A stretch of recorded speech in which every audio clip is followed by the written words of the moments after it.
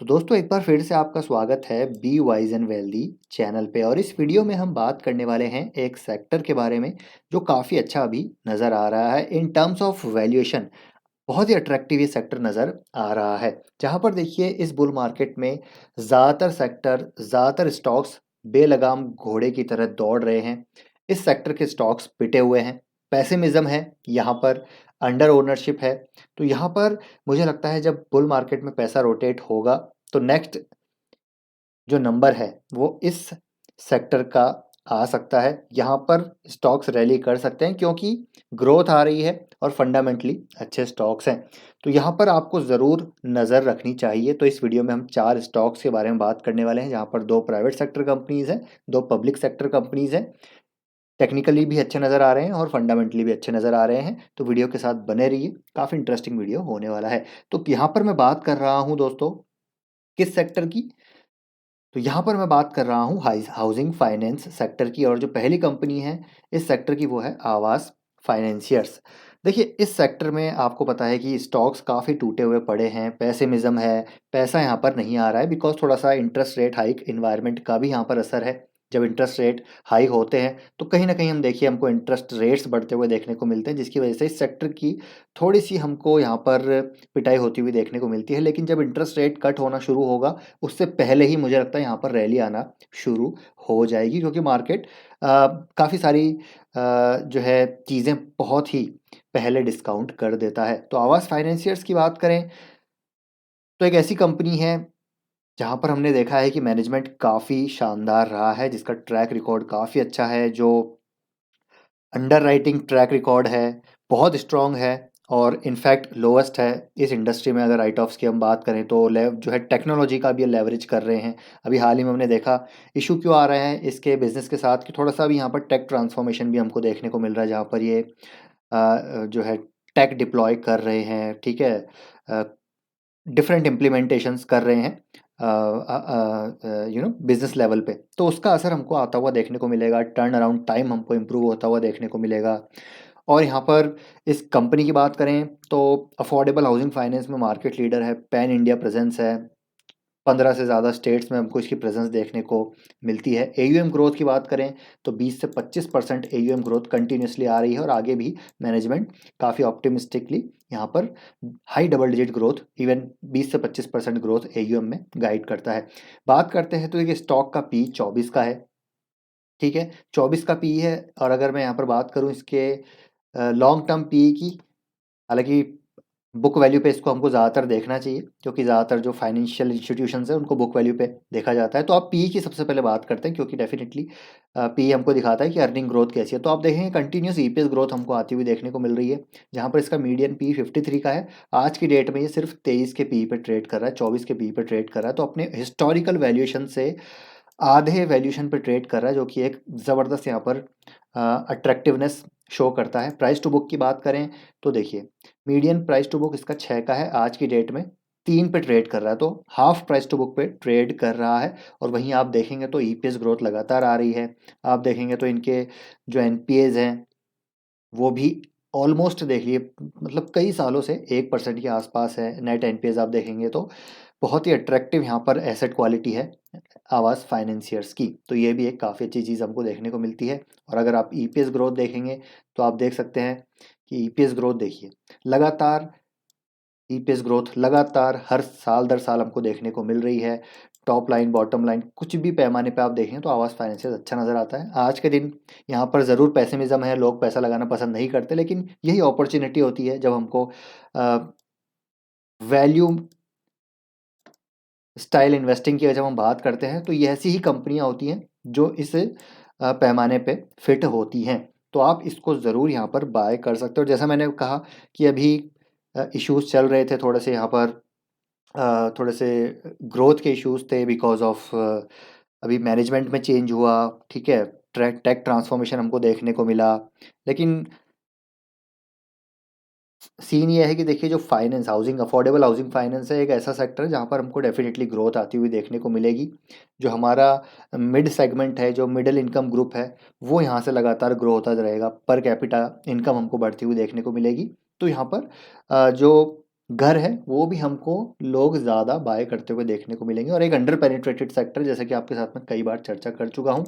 तो ये तो होगी बिजनेस की बात। टेक्निकली भी आप देखेंगे तो एक अच्छे खासे सपोर्ट पे आके स्टॉक बार बार ट्रेड कर रहा है, यानी कि जो 1320 के आसपास का सपोर्ट है, यहाँ से ही सपोर्ट ले रहा है। एक यहाँ पर ब्रेकआउट हुआ, उसके बाद देखिए यहाँ पर फिर ब्रेक डाउन हुआ, फिर यहाँ सपोर्ट लेके स्टॉक काफ़ी ऊपर गया, फिर एक बार सपोर्ट लेके स्टॉक ऊपर गया, फिर से उसी रेंज के आसपास है। तो इसी रेंज में आप इसको बाय कर सकते हैं for the all time high target. थोड़ा सा लंबा होल्ड करना पड़ेगा पेशेंस के साथ।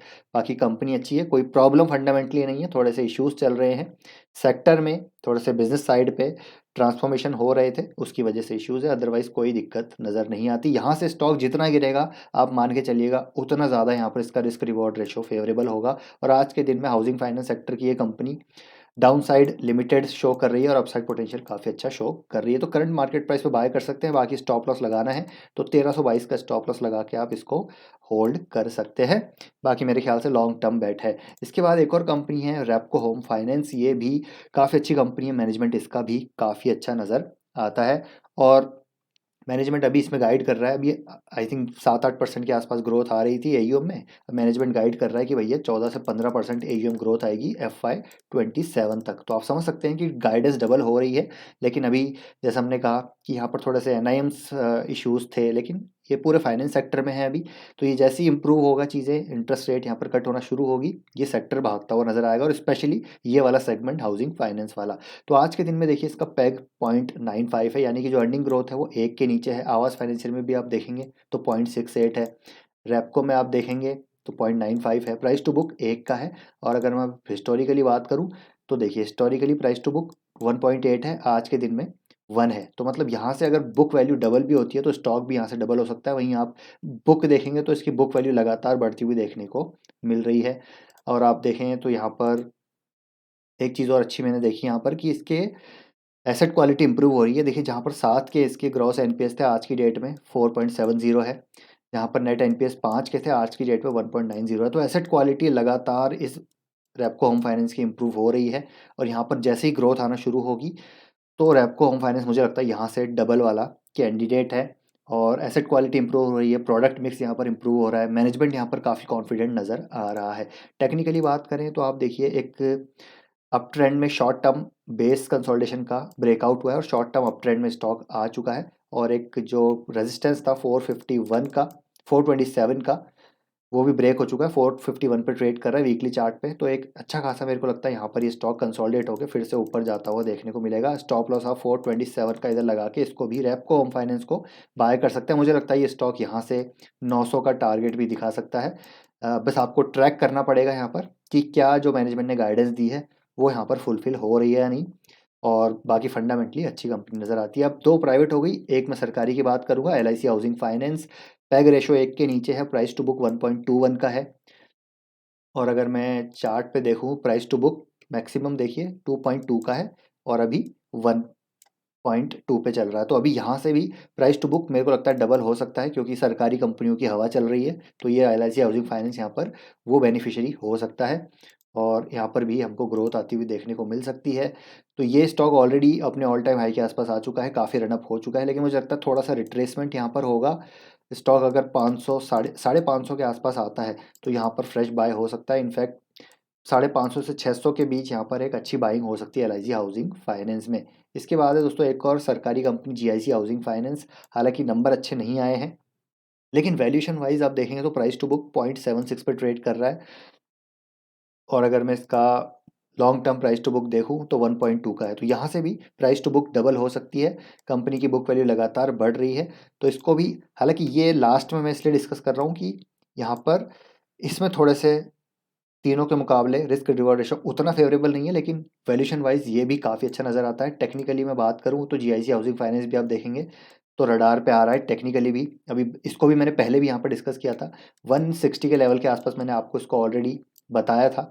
और आई होप यहाँ पर मैंने खुद यहाँ पर अच्छा मूव कैप्चर किया है, लेकिन मैंने एग्जिट हो गया था। लेकिन अगर आप यहाँ पर मुझे लगता है वापस से स्टॉक 200 के लेवल के आसपास आता है, ठीक है, 200 से 200, सॉरी, यहाँ पर 160 के लेवल से 220 की रेंज में अगर स्टॉक आता है गिरावट, मार्केट की गिरावट में, तो अच्छी बाइंग होगी, क्योंकि वैल्यूएशन और भी सस्ते हो जाएंगे, बुक वैल्यू यहाँ पर और भी कम हो जाएगी, और यहाँ पर रिस्क रिवॉर्ड रेशो और भी फेवरेबल हो जाएगा। तो 4 स्टॉक पे आप डेफिनेटली नज़र रख सकते हैं, और इस सेक्टर पे नज़र रखिए। यहाँ पर होम फाइनेंस भी है, एप्टस भी है, ठीक है, तो और भी कंपनीज हैं इधर, उन पे भी आप नज़र रख सकते हैं, लेकिन वो थोड़े से महंगे हैं। ये 4 मैंने इसलिए डिस्कस किए हैं क्योंकि यहाँ पर रिस्क रिवॉर्ड रेशो फेवरेबल नज़र आ रहा है, तो इन पे आप ज़रूर फोकस कर सकते हैं। एक बार अपनी स्टडी, अपनी रिसर्च, अपना ड्यू डिलिजेंस करके ही पोजीशन बनाइएगा, स्टॉप लॉस ज़रूर रखिएगा, क्योंकि ये लॉन्ग टर्म बाय नहीं है, ये मुझे लगता है पोजिशनल अपॉर्चुनिटीज़ हैं। एक आवाज़ ज़रूर मुझे लॉन्ग टर्म लगता है, लेकिन बाकी पोजिशनल अपॉर्चुनिटीज़ है। बाकी आप अपनी समझ और अपनी ड्यू डिलिजेंस करने के बाद ही पोजीशन बनाइएगा। मिलते हैं नेक्स्ट वीडियो में, पसंद आए तो लाइक कीजिए। Till then take care, bye bye.